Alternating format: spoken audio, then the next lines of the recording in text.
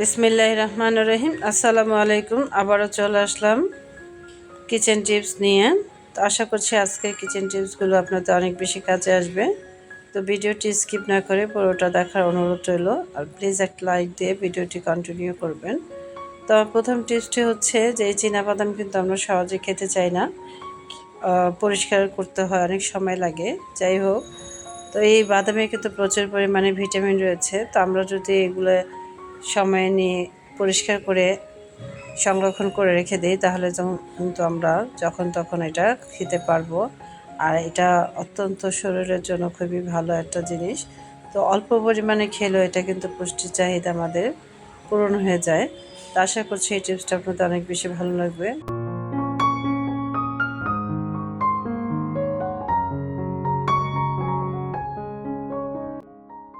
দ্বিতীয় টিপসটি হচ্ছে, তা আমরা এখন যেহেতু বরবটির সিজন, আর বরবটি কিন্তু আমরা খুব কাটতে গেলে কিন্তু একটা একটা করে কাটতে গেলে অনেক সময় লাগে। যদি এইভাবে একটা রাবার ব্যান্ড দিয়ে আটকিয়ে আর এভাবে যদি ধরে কেটে নেই তাহলে কিন্তু খুবই সহজে অনেকগুলো বরবটি একসাথে কাটা হয়ে যাবে। এটাতে কিন্তু আমাদের সময়টা বেঁচে যাবে এবং রান্নার কাজটাও দ্রুত হয়ে যাবে।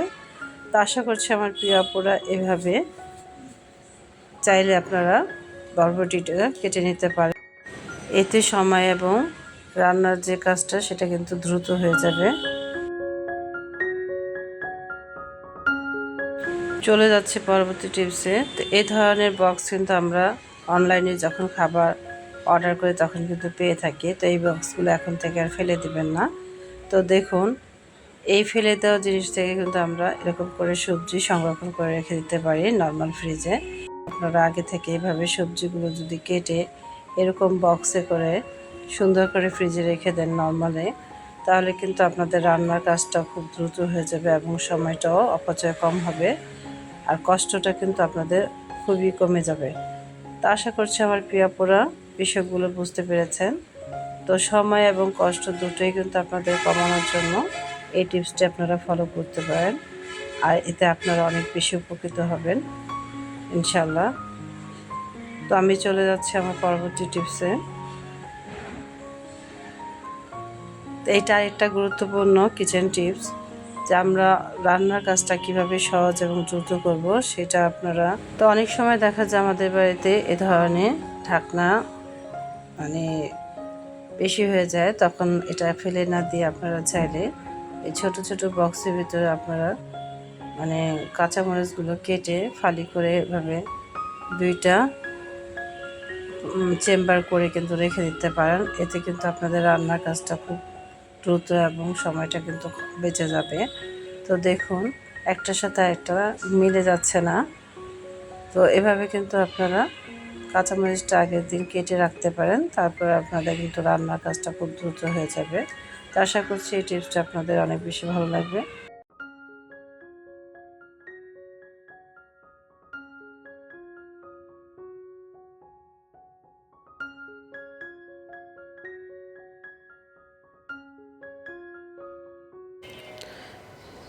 তো আমার প্রিয় আপুদের কাছে এই টিপসটি ইনশাল্লাহ ভালো লাগবে। তো আমি চলে যাচ্ছি আমার পরবর্তী টিপসে।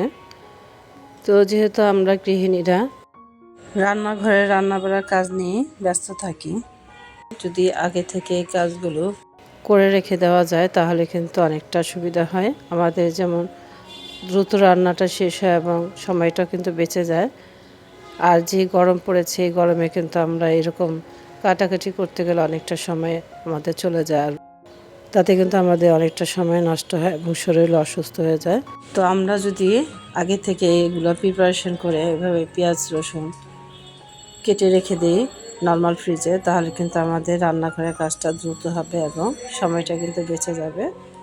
তো আশা করছি আমার প্রিয়পুরা এই টিপসগুলো ফলো করবেন, তাতে আপনারা অনেক বেশি উপকৃত হবেন। আর আমি চলে যাচ্ছি আমার পরবর্তী আরেকটি টিপসে। তো অনেক ক্ষেত্রে আমরা দেখা যায় যে রুটি বানাই, সেই রুটির আটাটা আমরা কিন্তু চেলে খাই। তো সেই চালতে গেলে কিন্তু এভাবে চেলে নিলে কিন্তু অনেকটা ছড়িয়ে ছিটিয়ে যায় এবং কাজের সময়টাও বেশি লাগে এবং অগোছালো হয়ে যায়। আর এগুলো পরিষ্কার করতে অনেকটা সময় পার হয়ে যায়। তা আপনারা কিভাবে দ্রুত এইভাবে এই কাজগুলো করতে পারেন সেটাই আপনাদের মাঝে শেয়ার করব। তো এইভাবে আপনারা না চেলে যদি এরকম একটা বল নেওয়া যায়, মানে গামলা টাইপের বা বল, তারপরে এই চালনিটা দিয়ে এখন যদি আমি আটাগুলো চেলে নিই তা দেখবেন খুব সহজেই এই আটাগুলো কিন্তু চালা যাবে, আর এটা ছড়িয়ে ছিটিয়েও যাবে না, আর আমাদের কিন্তু সময়টাও বেঁচে যাবে, আর অনায়াসে আমরা অনেক কাজ একসাথে করে নিতে পারবো।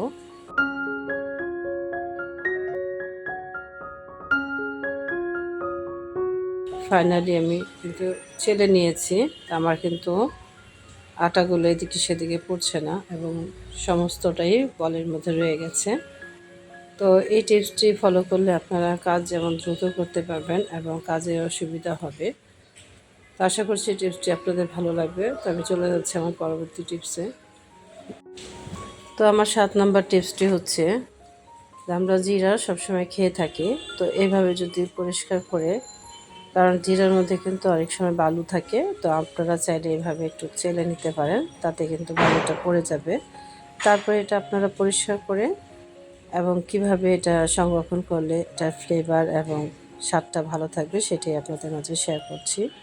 তো আমি জিরাটা পরিষ্কার করে নিয়েছি, এখন এটা ভেজে নিলাম। তো সুন্দর করে ভাজতে হবে যাতে পুড়ে না যায়, অবশ্যই খেয়াল রাখতে হবে। তারপরে এটার সাথে সাথে এটা ছড়িয়ে দিতে হবে ঠান্ডা হওয়ার জন্য, নাহলে পুড়ে আরও একটু কালো হয়ে যাবে। তো ঠান্ডা হওয়ার পর আমি এটাকে ব্লেন্ডারে ভালো করে ব্লেন্ড করে নিব। তার আগে প্রিয় আপুদের কাছে একটু বলে রাখি যে এটা যদি আপনার স্বাদ এবং ফ্লেভারটা ঠিক রাখতে চান তাহলে কিন্তু এই ব্লেন্ডার যখন আপনারা গুঁড়া করবেন তার সাথে একটু লবণ দিয়ে দিবেন, তাতে কিন্তু আপনাদের যে ফ্লেভার এবং স্বাদটা কিন্তু অটুট থাকবে। আর অবশ্যই একটা কাচের বয়ামে এটা সংরক্ষণ করতে হবে, তাহলে কিন্তু আরও বেশি ভালো থাকবে। তো আমি এটা ব্লেন্ডার করে ফিরে আসছি।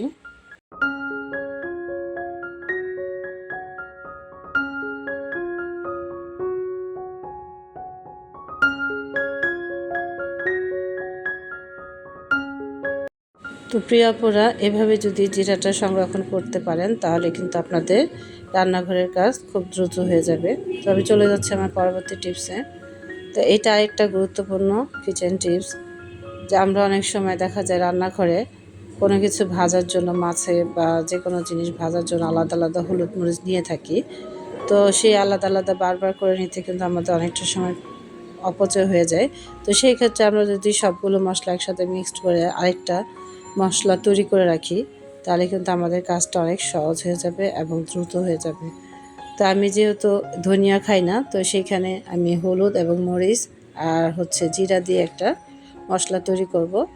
এভাবে মশলাটা তৈরি করব যাতে পরিমাণগুলো সেটা ঠিক থাকে। তো আমি সবগুলো মশলাই পরিমাণ মতো নিয়ে নিয়েছি। তো এই পাশে যে চেম্বারটা খালি ছিল সেখানে আমি এটা মিক্সড করে রেখে দিব।